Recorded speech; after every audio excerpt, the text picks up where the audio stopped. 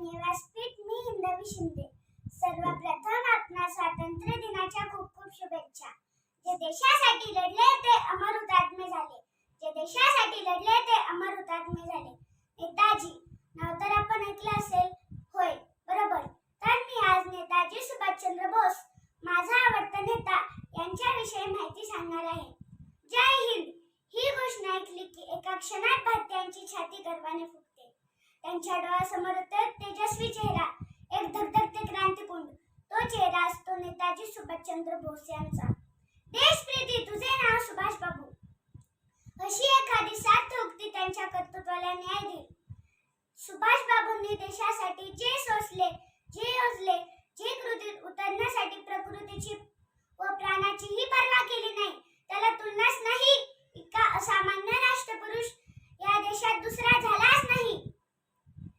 सुभाष बाबूंच्या आयुष्याचा, त्यांच्या अलौकिक बुद्धिमत्तेचा ठसा भारताच्या राजकारणावर उमटू नये यांची मतलबी दक्षता घेऊनही ते शक्य झाले नाही.